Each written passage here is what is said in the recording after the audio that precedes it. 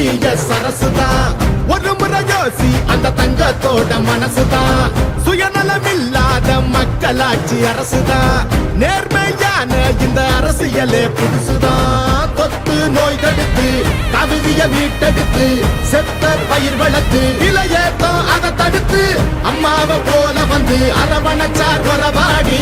நல்லாட்சி வேணும்னா வரணும் எங்க எடப்பாடி. ஏழைகள் சிரிக்கணும்னா ரெட்டையல ஆடணும். தமிழ்நாடு ஜெயிக்கணும்னா எடப்பாடி யார் ஆடணும். ஏழைகள் சிரிக்கணும்னா ரெட்டை